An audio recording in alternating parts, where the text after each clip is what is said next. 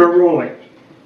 And this time we're going to talk about Latrobe, or Latrobe, depending on your point of view, or where you come from.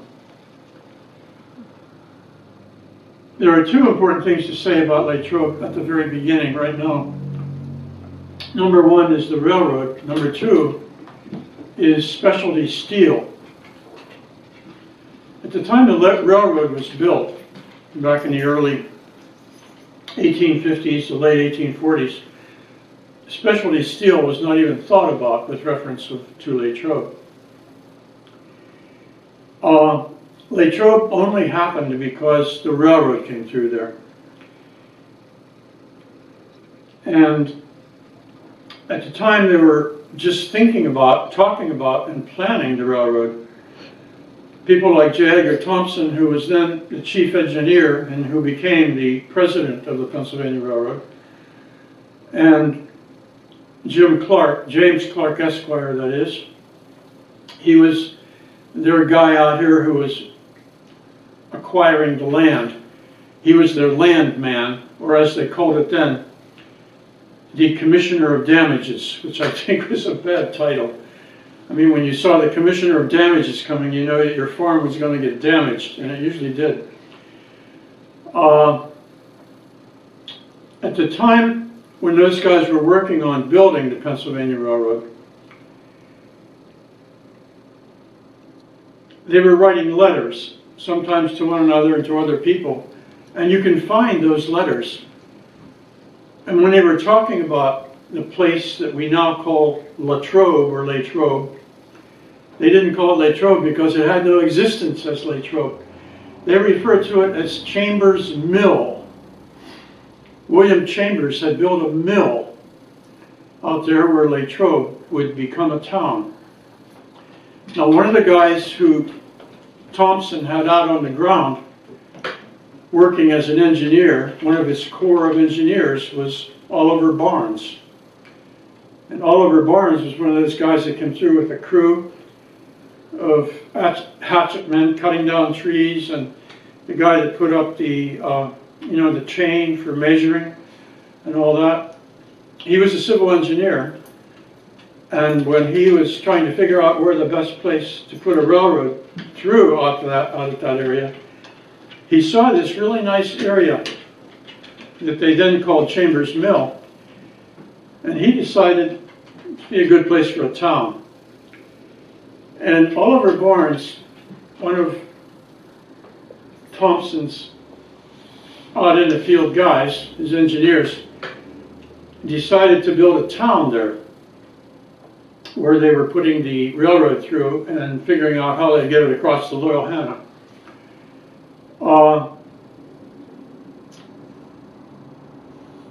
At one point, we hear a story that they were going to put a railroad yard there at Latrobe.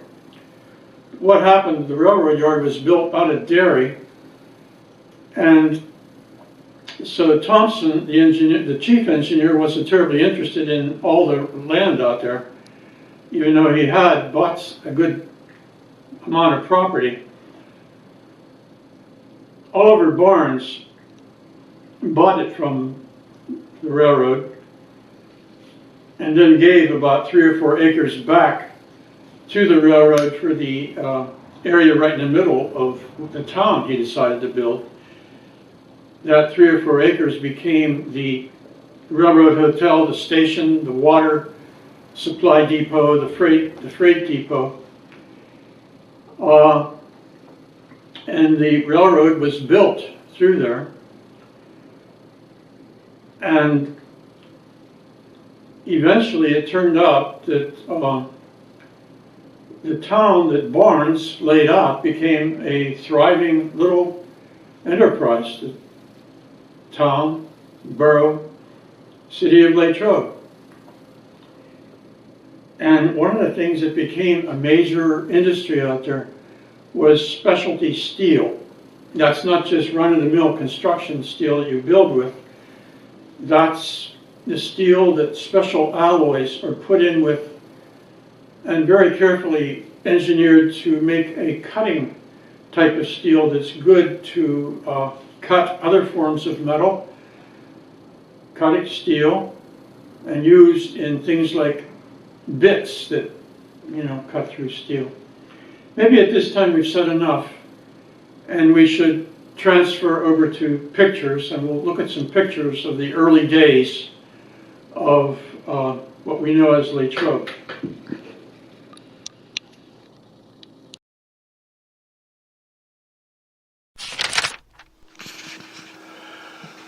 What we are looking at here is the initial mapping of Latrobe, Pennsylvania. I mentioned Oliver Barnes. Oliver Barnes was a civil engineer and a person who was able to get down on the ground with his transom and crew and lay out land. I mean, he was doing that for the railroad that came through when he decided to put in a town. This is his original plan of Latrobe, done in 1851. And what I'm going to do is focus on a few points of interest right here in the middle. I mentioned the acreage that he gave back to the railroad, about 3 or 4 acreage. That was right here in the middle. The train, the railroad came right through here. He doesn't have the railroad indicated, but that's where it came. And this acreage he gave to the railroad. They built a hotel, the ground floor of which was their railroad station. I mean, the place where they sold tickets and people came to wait for the trains. This was the water station where trains filled up water, and a freight depot, the freight house right here. And as we slide over here, right down along the Loyal Hannah, you see the name Chambers, and this is a grist mill. This is Chambers Mill. This was the mill that was here before the railroad was even thought of.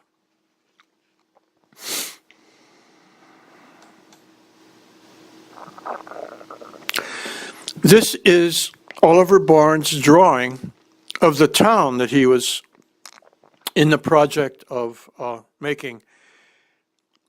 You see, this is the first actual building there, the railroad's hotel and station. Railroads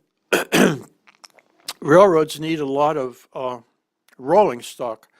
Oliver Barnes decided that he would put in the first factory in Latrobe, and it was a factory to build railroad cars.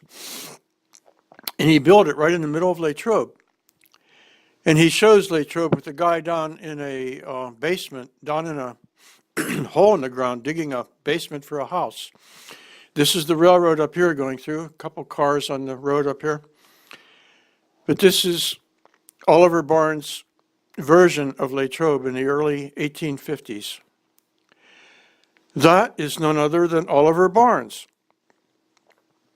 who was a smart fellow. And after not too many years in Latrobe, it was about 1859, he moved on he moved west. Probably he decided to get involved with the other railroads that were building out there since he was an engineer. This was a college classmate of Oliver Barnes. You have heard his name before. His last name was Latrobe. This was Benjamin Latrobe, a person Oliver Barnes went to school with and who never actually saw Latrobe, but had Latrobe named for him, Benjamin H. Latrobe, Jr. He was the son of Benjamin Latrobe, Sr., who was an architect who designed the Capitol of the United States. Now this shows several founders. This is a sketch of Oliver Barnes. This is a photograph of Boniface Wimmer. This is the drawing I showed you by Barnes of the town beginning. And Boniface Wimmer was there before Barnes. This is Boniface Wimmer, a better shot of him. He came from Germany and founded a monastery just a few miles out of Latrobe. This was St. Vincent in 1846, the way it was when Boniface Swimmer and his candidates to the monastic life arrived in 1846. By 1845, they had this much together. This is what Latrobe turned into. You can see down here the mill. This is Chambers Mill. The Loyal Hannah going through. And right in the middle, you see the railroad with its buildings right here. And you can see that by 1867, when this map was made, Latrobe was doing rather well.